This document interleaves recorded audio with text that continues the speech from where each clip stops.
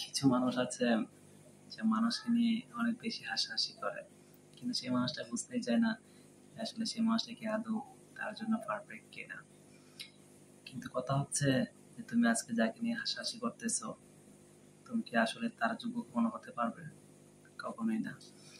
কারণ সেই মানুষটা তোমাকে সত্যিকার অর্থে ভালোবাসে, কিন্তু তুমি তাকে অবহেলা করেছো।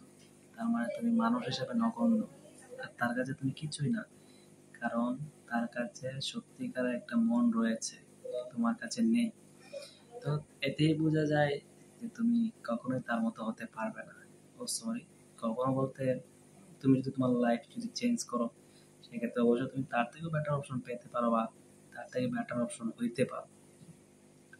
তো কথা হচ্ছে, ভালোবাসা নিয়ে আমি বরাবরই কখনো কথা বলতে চাই না। তারপর বলতে হচ্ছে, ভালোবাসা না করাটাই ভালো। কারণ বর্তমানে ভালোবাসাতে নোংরামি ছাড়া কিছুই নেই। তুমি ভালোবাসো তোমার মা বাবাকে, ভালোবাসো নিজের বিয়ে করা স্ত্রীকে, কিন্তু অন্যের বোনকে আর অন্যের মেয়েকে পাহারা দেওয়ার কোন দরকার আছে? তুমি তারা যে ভালোবাসো, তুমি তাকে বিয়ে করতে পারবে? বাংলাদেশে ভালোবাসার মধ্যে শতকরা সর্বোচ্চ 5টা ছেলে পায়, সরি শতকরা না, প্রতি লাখে 5জন ব্যক্তি হয়তো সেই ভাগ্যবান লটারি গুলা পেয়ে থাকে। মাফ করবেন, মেয়েদেরকে আমি লটারির সাথে তুলনা করি, জাস্ট বলছে যে ভাগ্যবান।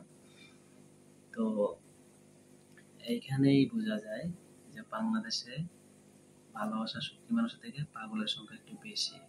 কারণ যেহেতু চাকা বেশি খাওয়া হয়, সেহেতু পাগলের সংখ্যা বাড়বে। একটা কথা না বললেই নয়, আসলে ভালোবাসার নাম আসাই ভালো। সেটা তুমি বিয়ের পরে বাসো তাহলে অনেক ভালো হবে, কিন্তু বিয়ের আগে ভালোবাসাটাকে ইসলাম কখনো সমর্থন করে না। আর এটা এই জন্যই বেশি দিন টিকেও না। আর এখন বর্তমানে ভালোবাসা তো সবটাই নোংরামি। কয়টা ইনস্ট্যান্ট ভালোবাসা আছে, কয়টা রিয়েল ভালোবাসা আছে? আর যারা রিয়েল ভালোবাসে তাদেরকে মেয়েরা পাত্তাও দেয় না। কথাটি তাহলে সত্যি। যদি কারো গায়ে লেগে যায়, প্লিজ সরি।